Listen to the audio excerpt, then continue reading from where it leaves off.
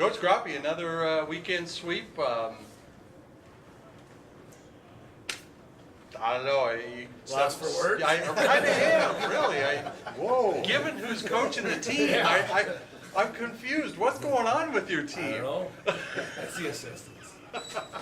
No,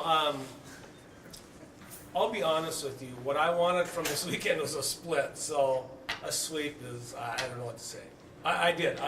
I thought we were going to have our hands full just trying to get a split.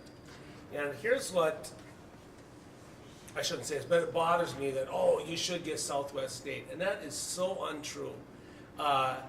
When you're on the road in the NSIC, it is so difficult. People just don't get that. I mean, look at the next night. Southwest State beat Mary by 15. So, and that same night, Northern State goes to Upper Iowa. Oh, yeah, that'll be an easy one. Really? 2-point game. Northern State beat Upper Iowa, which has not won in the conference yet this year. 2 points was the final. So Northern State won. It is difficult on the road. So that's why I was hoping for a split. Is this the most important weekend for you guys to nail down a top half division finish, basically? Yeah. I think that's what's made this year really enjoyable is every weekend it gets bigger and bigger. So that's the good thing. We're playing for something.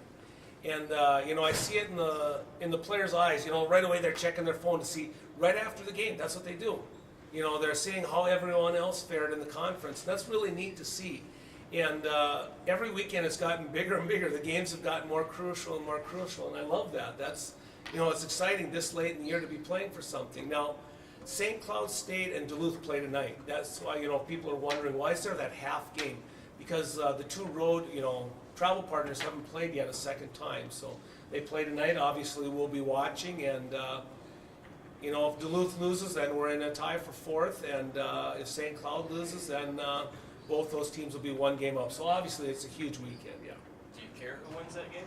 No, again, we're just, I think what I like about this group is, we've been watching, we've been scoreboard watching, but we've also been just worried about if we don't take care of business, it doesn't matter. So we've been really focusing on ourselves, and here's the thing that, even though we have a 7-game win streak, we have not accomplished our goal yet. Our goal was a top 4 finish, and there's still 4 to play, so we got a lot to play for, and we're not satisfied because we haven't accomplished our goal. And, this weekend will obviously have a lot to do with it, but then we still got 2 more home games left. Those 2 have to still play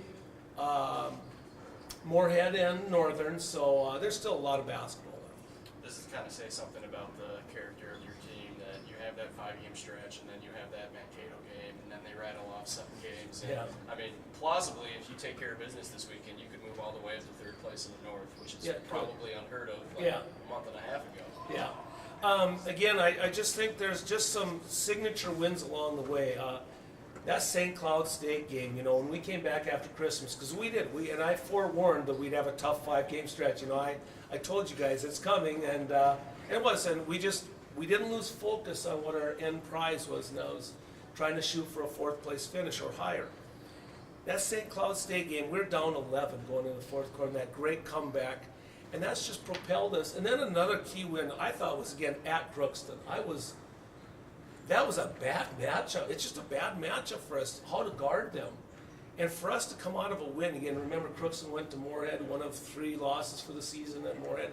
That was just a huge win as well. And our ladies are playing so confident. So if people ask, what's the key? I think our confidence level and our players is just through the roof right now. Do you also feel that your team is playing a full 40 minutes? I mean, they're not, waiting for that team to make that run. They're finishing out and just saying we're going to take care of business and close us out. Yeah, one of the things that we haven't done well lately is we got to a couple slow starts. I think it was at home here. I can't remember who we played. Was it, maybe it was Upper Iowa, and they jumped out, 11 on us here at home, in the beginning of the 2nd quarter. And then we had another slow start. Was it at Southwest State where, boom, we were down 9-0 before you could blink your eye.